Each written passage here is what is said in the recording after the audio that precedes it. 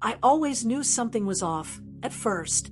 It was just little things, the way her body tensed up when I hugged her, the way she turned her face away when I tried to kiss her. It wasn't outright rejection, but it was constant, just enough to make me feel like I was no longer welcome in her space. "I'm tired," she'd say. "I'm not in the mood today, not now, Julian." And like an idiot, I believed her, but the exact moment everything fell apart was I never thought I'd be the kind of person to ignore the signs. But hindsight is cruel, isn't it? The little things, the way she stiffened under my touch, the half-hearted smiles, the kisses that never landed quite right anymore.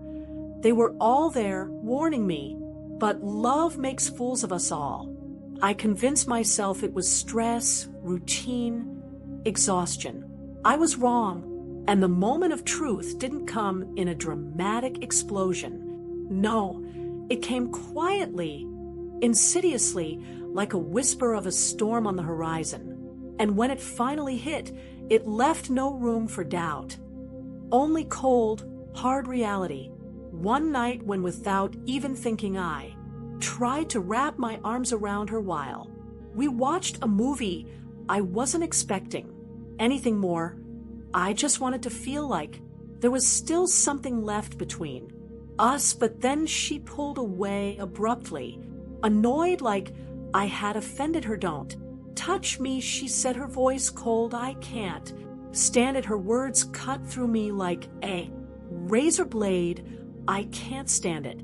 I had no idea what to say. I just looked at her, trying to figure out when the woman I had shared my life with had reached this point. She realized she had been too harsh, but she didn't bother to take it back. "Sorry, it's just I don't like being hugged out of nowhere," she murmured. "Lies, we had hugged like that hundreds of times." The truth wasn't that she hated being touched. She just hated being touched by me. And in that moment, I knew this wasn't about exhaustion or routine. It was something else, something uglier, something that was going to force me to see the truth in the worst way possible. The confirmation came on its own, like fate wanted to make sure I had no room left for doubt. One afternoon, Carolina was in the shower and her phone buzzed on the nightstand.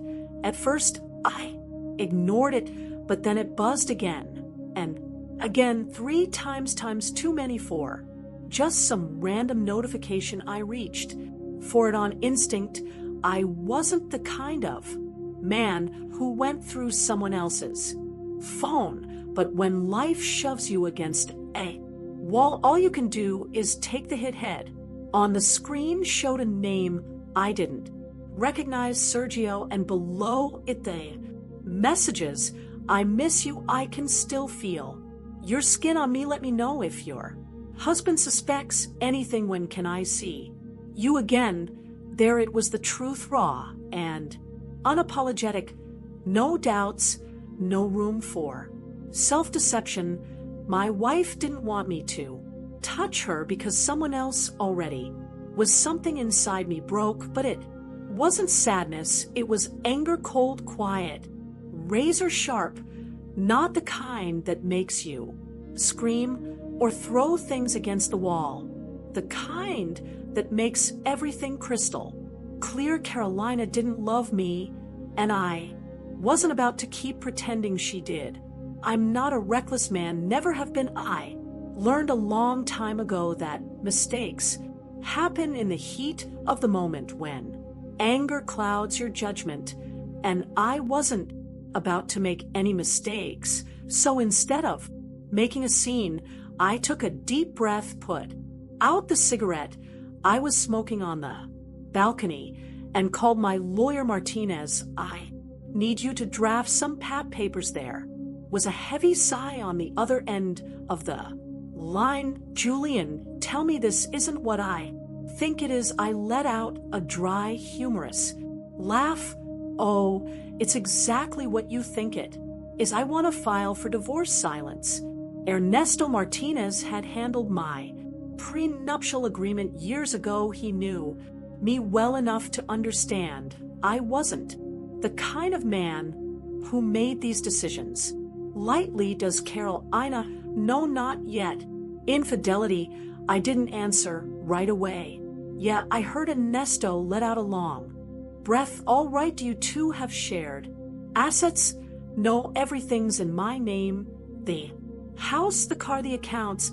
I just want this done fast. Martinez took a moment before responding. It's not always as simple as it looks. Sometimes when they realize you're actually leaving, they try to make things messy. I let out a bitter chuckle. Wouldn't surprise me, but it won't change a damn thing. Just get the papers ready. I ended the call and stayed out on the balcony watching the city lights. The decision was made now. I just had to wait for the right moment. I went back inside like nothing had happened, sat down for dinner with her, listened to her empty chatter about work, nodded at the right times. Carolina thought she was still in control, thought I was hurt but trapped, that she still had power over me.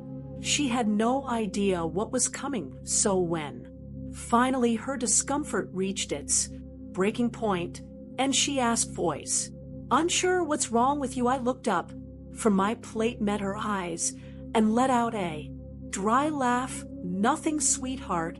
I'm just giving you the same love you give me. I watched the color drain from her face, and in that moment, I knew the game had changed. When Carolina walked through the door that night, she found me in the living room, a suitcase by the door. She froze. What's this? I stood up from the couch, pulled an envelope from my jacket, and placed it on the table. My divorce papers. All you need to do is sign. She didn't take them right away. Her eyes darted between the envelope and my face, searching for any sign that this was some kind of joke, that there was still a chance to turn things around. But there wasn't. Julian, she murmured, her voice trembling. Wait, no, I cut her off. My tone is cold as steel. There's nothing to wait for. I'm just finishing what you started.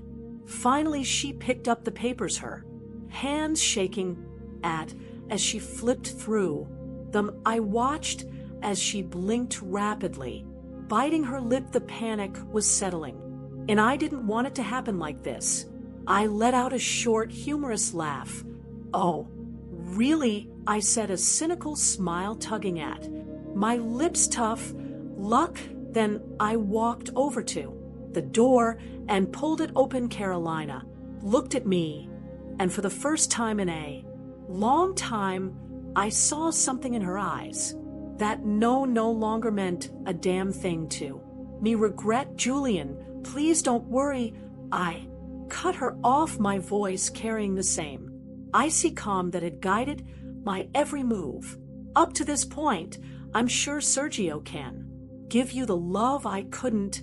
And without waiting for a reply, I stepped through the doorway without looking back. There were no desperate pleas, no tears, just the sound of the door closing behind me and the weight of her own lies crashing down on her from the inside.